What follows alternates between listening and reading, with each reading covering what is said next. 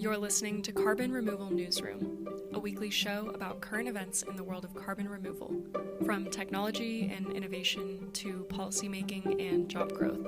Brought to you by Nori, the carbon removal marketplace.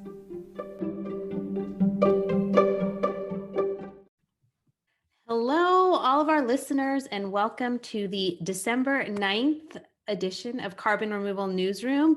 It'll be the last one of the year because I thought it was a great way to end this season or this year with the people I started with.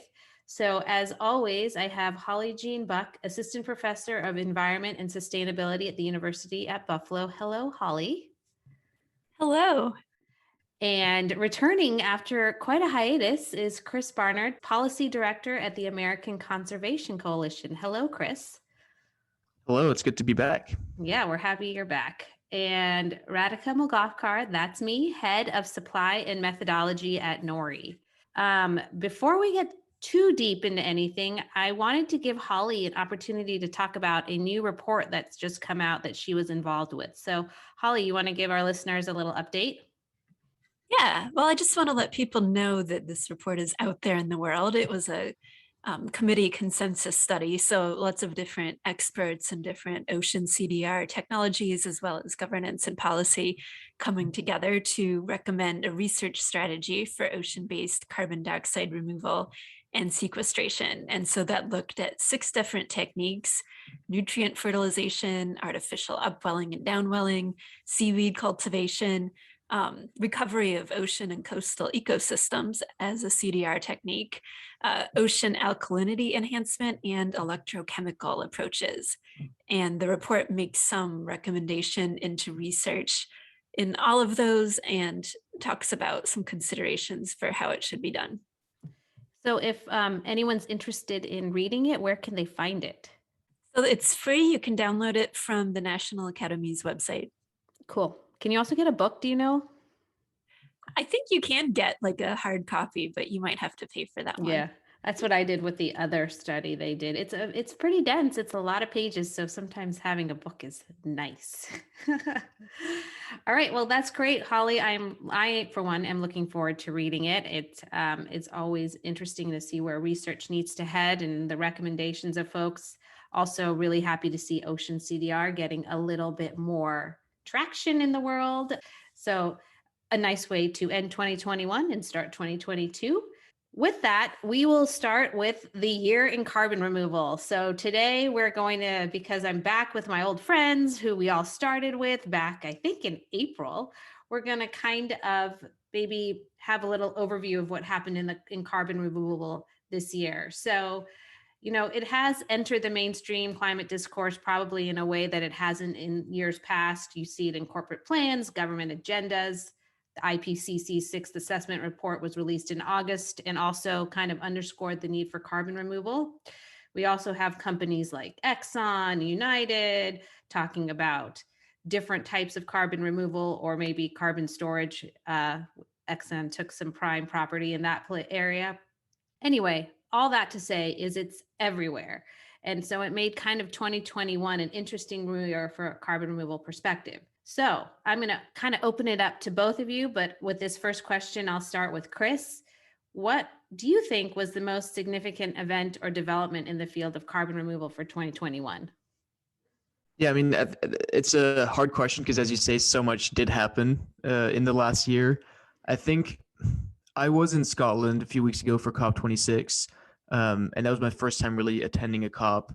And it did strike me, and what I would say is kind of the most significant development in the field of carbon removal this year was really the agreement that was struck at the COP by the end of the conference on international carbon markets, on accounting rules, on making sure that there is kind of government support for these carbon credits being verifiable.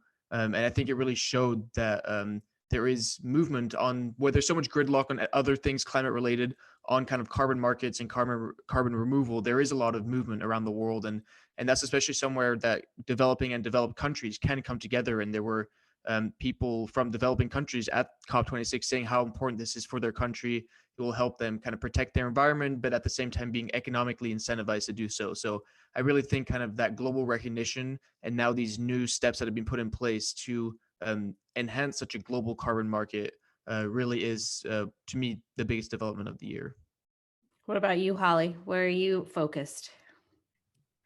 The answer is somewhat similar. I think that the net zero targets we've seen, obviously some before this year, but really many more this year that were important, and some correspondent recognition of the need for carbon removal along with those. Those also brought along some amount of important criticism of the idea of net zero and sometimes carbon removal. But I think these net zero targets just really advance the conversation.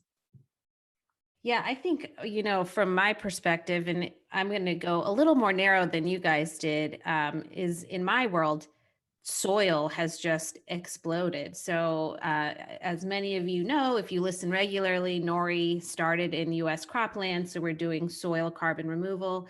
And it has been a whirlwind year watching all of these other marketplaces, other actors enter, all the way from big ag to startups, which maybe kind of echoes what Chris was talking about in the sense that there's seems to be buy-in across a whole host of communities in this area, which I think is really heartening in many ways. And to see farmers embracing it, a group not traditionally known to like the idea of climate change, to see companies like John Deere looking to improve their footprint and looking to engage their farmers in carbon removal. And then, obviously there are a whole host of startups also in the area.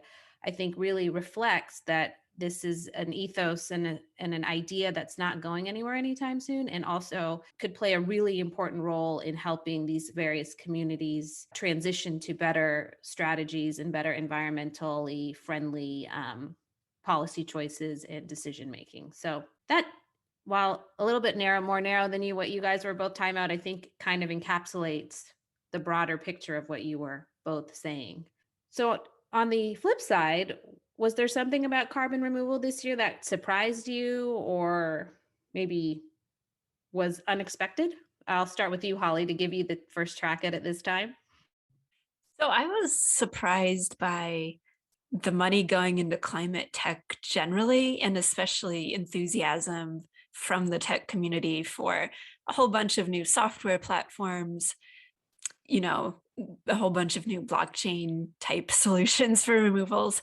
Maybe it's dumb to be surprised by that, but I came into this field when it was just kind of this wonky scientific thing, and I didn't realize that we'd see that level of enthusiasm so quickly, perhaps. And the ways in which there's a cultural enthusiasm that comes with these tech people because they're early adopters of a lot of cultural trends too. So, now I have a box of Kernza cereal in my pantry. I resisted the urge to buy a regenerative wool sweater. Like, there's a bunch of products now. There's a bunch of memes, images, conversation that really it's just been the last year that's sprouted up on my radar anyway. What about you, Chris? Yeah, I think from my side, a little bit similar to Holly. It was just typically when we talk about climate change, it's clean energy, it's renewables, it's energy efficiency, it's electric vehicles, it's kind of those kind of big ideas there. And what really kind of took me by surprise is how natural climate solutions and obviously carbon markets are a big part of that. Really kind of became the solution of choice for 2021 that people could rally around from both sides of the aisle. And so we saw a lot of that kind of in Congress. There's a lot of bills working specifically on this, on funding, research into this, but also like specific bills on helping carbon markets develop, et cetera. And also simply, obviously, from my side of the aisle, seeing Republicans really engage on this issue and it being explicitly climate related, but at the same time, them just really leaning into it and saying this is good for farmers, this is good for our rural communities. I think that was both surprising, but also very encouraging, and I think sets us up well for 2022 as well as the midterms. Well, you two can't agree on everything. You're supposed to be my left and right, and I'm supposed to be the center. But It's heartwarming to know that we all love carbon removal so much. I I think what surprised me, and this is a very recent development, is the huge engagement of the crypto community into the carbon removal space. There's been a lot of talk of these different DAOs, and they're tokenizing carbon credits. There's also a lot of interest in the NFT space around carbon removal and how to offset their footprints. And so to me, I thought that it would take a little bit longer for us to get to that next evolution within the crypto world. So I'm really excited to see that, and I'm also was a little surprised with how quickly all of that took off within that community. I mean, it seems like it's only been the last 3 months and it's just exploding like crazy. So pretty amazing. All right. So next question. What makes you happy about the current CDR situation, and what might be something that's disappointing to you? Chris, I'll pitch it to you first. Okay, this is where I think I can kind of feed a little bit more into your left-right dichotomy here. So again, I was at COP, and what really disappointed me there was a lot of the climate activists and kind of Greta being the poster image of that, saying that carbon removals and carbon offsets are fake climate solutions. And I think that was really disappointing because I think that they don't really understand the opportunity here. And you had the environment minister of Rwanda responding directly to Greta, saying, "This is one of the only ways my country can currently tackle climate change and be a part of this conversation at the same time as kind of an economic opportunity for my people." And so you had a developing country politician from Africa kind of telling off a climate activist from the rich Western world, which I think was kind of indicative of where we're at with some of these conversations. And so that's one thing that's disappointing me, is kind of a broader conversation around people kind of on the left side of environmental activism that typically really go against carbon offsets, and it doesn't go far enough, it's not extreme enough, etc. And I think that really misunderstands this kind of scientific opportunity here for actually reducing carbon, but also the political one. And I think it's really important. We shouldn't ignore the fact that we need to work with countries across the world. I think I read a study something that 1/3 of the people in the world live under center-right governments. And so if you don't have anything that will appeal to them, then how are those countries going to be a part of the solution? I think carbon offsets is a really, really good place to start. So that would be my disappointment broadly. I think what made me happy, again, I'll just say kind of the fact that the right engaged a lot more on this. I also think the crypto stuff is really cool. It's like one of my other passions is crypto and blockchain stuff. And there was actually a bunch of people at COP that was talking about that, and obviously the work that Nori does. And so I think broadly the technological development here and understanding that there's climate benefits from technology that's not directly meant for the climate, but it has co-benefits, I think is really cool. And I think engaging those communities is really important to the future of carbon removal. Holly, what are you thinking about? Now I'm trying to come up with a radically different answer. But, okay, in terms of disappointment, yeah, I'm generally disappointed with cheap and boring discourse that uses straw man arguments, especially on platforms like Twitter. I think we need to critique carbon removal in its various forms. I think we need to critique the different policies, the actors involved, but that critique needs to be rigorous. It needs to be empirically based. And it doesn't lend itself to some of these platforms, which I think is where some of the difficulties come in. So, that's a disappointment, but I'm happy about a few things. I'm happy that a lot of the organizations working on carbon removal have started thinking more seriously about environmental justice and engaging with environmental justice organizations. That seems pretty new. I also think that some of the companies that are trying to engage are doing a pretty thoughtful job. So thinking about Microsoft's white paper that they wrote about how they made their purchases, thinking about the way Stripe's gone about its commitments in terms of making that process pretty transparent. I mean, these people who are trying to start up this whole field are being more thoughtful about it than I might have expected, frankly. And so that's heartening. Yeah, I don't have much to add to either one of what you two said.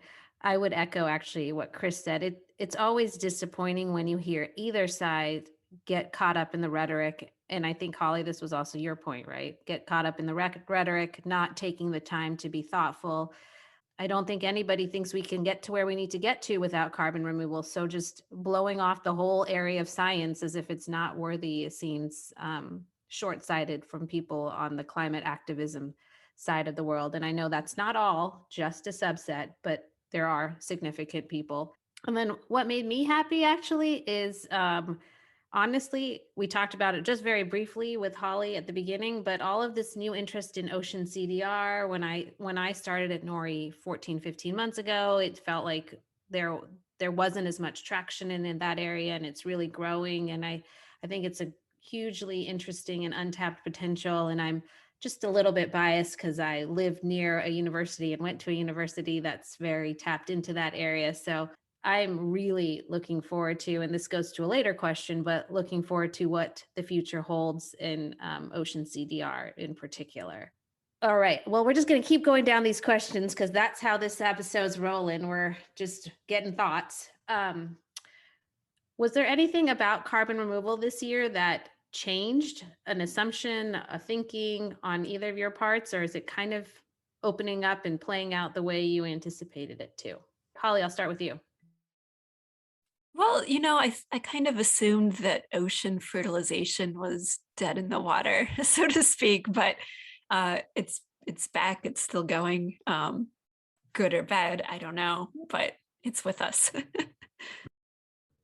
I think the thing that I realized the most was to what extent there is kind of an economic incentive for this if you align the incentives, and that you could really get markets to work for this.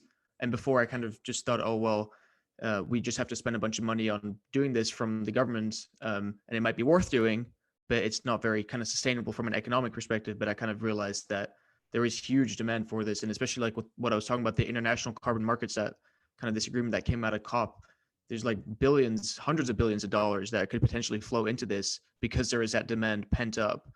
So I think that was kind of the biggest realization I had over the year.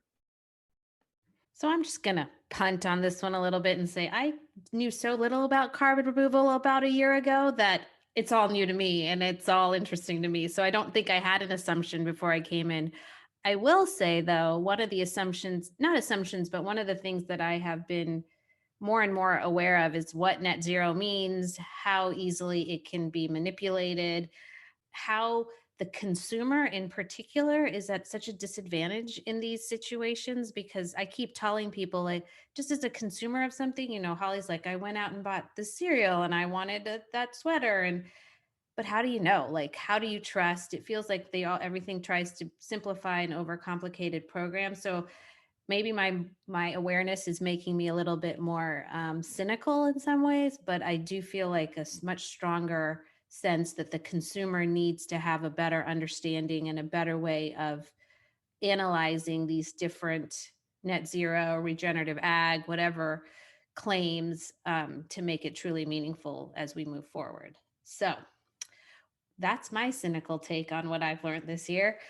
But if you guys were to pick one podcast besides ours, of course, YouTube video or some sort of media outlet that has the best single resource about carbon dioxide removal, can you choose one and let our listeners know what maybe they should be listening to or reading or watching? Chris, you can take it away. Yeah, I mean, you stole my answer because I was going to say I heard of this really great podcast called Carbon Removal Newsroom that is really your one-stop shop for anything carbon removal related. But I mean, honestly, I wouldn't say there's really, from my perspective, at least one resource. I tend to kind of look at a variety of resources, and again, I tend to really look at a bunch of different ones. So maybe Holly's better suited to answer in terms of like a very specific one. How about 2 or 3, Chris? Like, you don't have to stick to one, but is there a couple you want to highlight, or too many to list? I think just different websites have different sections. I think, for example, Carbon Brief does a really good job. So I think if I'll say one, I'll probably say that one. Okay. I'll let you off the hook. Holly? Yeah, so there's 3 resources that I'll point to. The first is the CDR primer from the beginning of this year, great technical resource. Second, some of the work Carbon Plan's been doing. particularly the report that came out with ProPublica about forest carbon offsets, really helpful to the conversation.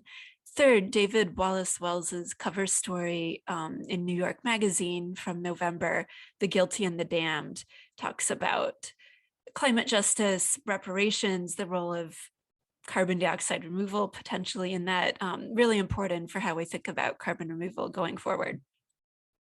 All right. Well, my current favorite right now is the Carbon 180 newsletter, the new and updated one, the policy perspective on that. And they have a lot of detail, which I find helpful. And it's just, I think, of particular interest to me, obviously, because I host the Carbon Removal Newsroom. I like to see the policy work that's happening, and they do a good job of distilling it, I think, for any reader at any level. So finally, I am going to ask you guys a two-part question. Looking ahead to 2022, what are a couple things you see over the course of the next year as developing or changing? And then, just generally, what are you most optimistic about for the future of carbon removal, and what are you most nervous about the future of carbon removal? And I'll start with you, Holly. Well, I'm somewhat optimistic that we get to making removals the new standard instead of offsets. That organizations are going to move towards removals, both, corporate buyers, maybe even some of these blockchain protocols like KlimaDAO, like if they move from cheap offsets to removals, I think that would be a great contribution. I hope they'll do that. I hope everybody will. Get rid of these bad offsets forever.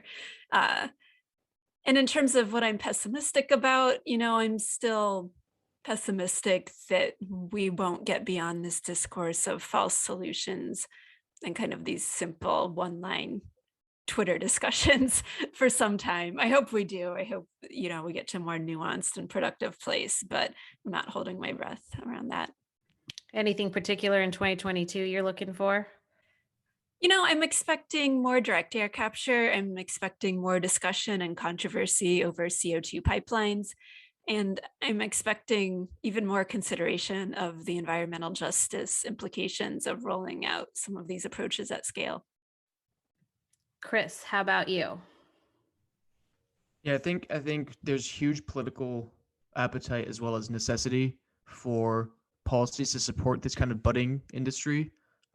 Like Holly mentioned, CO2 pipelines, for example, and there's some good bills that are currently kind of in the proposal stage in Congress that could address that. I think there's also some regulatory stuff that needs to be cleared up around that. And there's some really difficult permitting stuff specifically for building these types of direct air capture facilities or whatever it might be. Also, I know we're going to talk about the Growing Climate Solutions Act a little bit later afterwards, and kind of preempting that. I think we're unlikely to see it pass this year, but hopefully it'll pass next year. So that's a 22 thing. In terms of kind of optimism versus pessimism, I mean, one thing I am worried about is to what extent we'll be able to solve this issue with forest management and wildfires. Like we saw, some of Microsoft's carbon offsets got completely wiped out by the fires we saw in California, and the fires in California themselves emitted more CO2 than the entire state of California that year from its fossil fuel usage. And so I think there's a kind of a broader conversation there around better forest management and maybe conversations around how the federal government, because obviously a lot of the land in the West is owned by the federal government, which provides a little bit of the problem because they don't have the resources to actively manage it. If there's a way to tie that in with offsets to allow for kind of more private sector incentives to take care of that and reap the benefits, the economic benefits from the offset money or the removal money or whatever it might be. So that's one thing I'm worried about, but I am just broadly kind of optimistic about the technological innovation that's happening, kind of direct air capture and some of the others. Like the price will keep coming down, the efficiency will keep going up. And so I think broadly speaking, that's something to look forward to. All right. Well, for mine, I think I'm looking forward to 2022, maybe helping bring forward some more nature-based solutions that we can credibly credit or credibly measure carbon removal around. I'm hoping that the science and the enthusiasm kind of move forward in lockstep, but I can't predict where and which nature-based solution that'll be. I think what I am most anxious about or pessimistic about is actually something going terribly wrong in one of these marketplaces and then causing us long-term damage in terms of carbon removal's viability and people's faith in it. Like, those forest articles that Holly mentioned were very important and very nuanced, but something like that goes terribly wrong or causes a massive shaking of the confidence in carbon removal causes me a little bit of anxiety, because there are a lot of underlying scientific questions that are still being answered as we sell these carbon removal credits and things like that. And what am I most optimistic about? I think I'm most optimistic about the way we are looking forward and the lots and lots of interest in this area. The fact that we have funding coming from the Biden administration in fairly regular chunks, and that it's funding for innovation rather than funding for potentially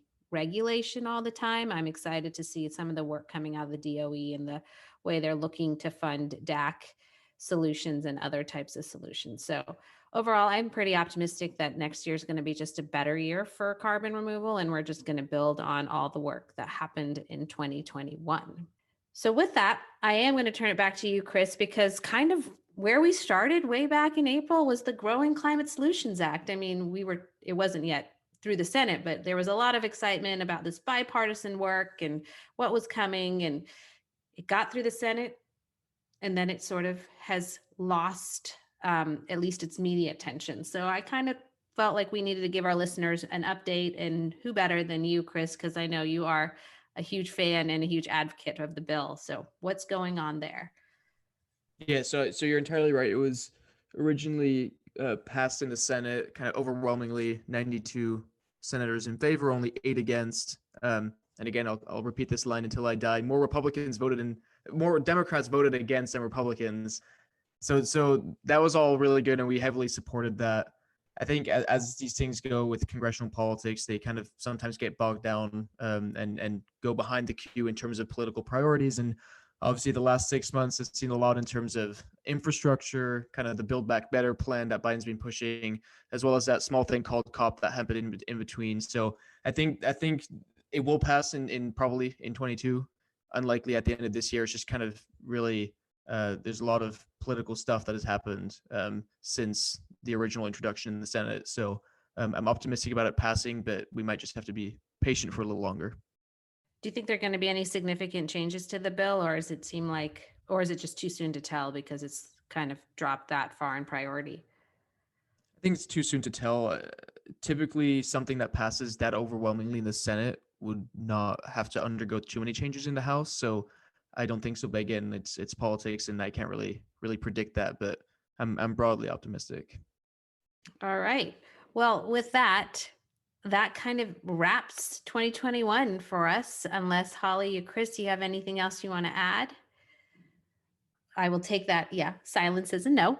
I want to thank you both for relaunching Carbon Removal Newsroom with Nori. It has been a real joy, a real pleasure, and tons of learning on my side from both of you. You've kind of stuck it out as we figured it out, and I really appreciate it. And I wish you both a wonderful holiday and a happy new year. And I will hopefully see you both in 2022. So thank you. Sounds good. Have a good Christmas, everyone. Thanks so much. Happy holidays.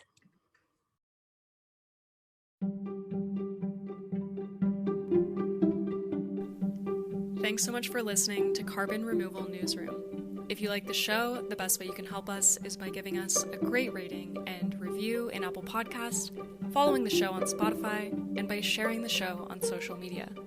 Tell your friends and help us spread the word about what's happening in the world of carbon removal.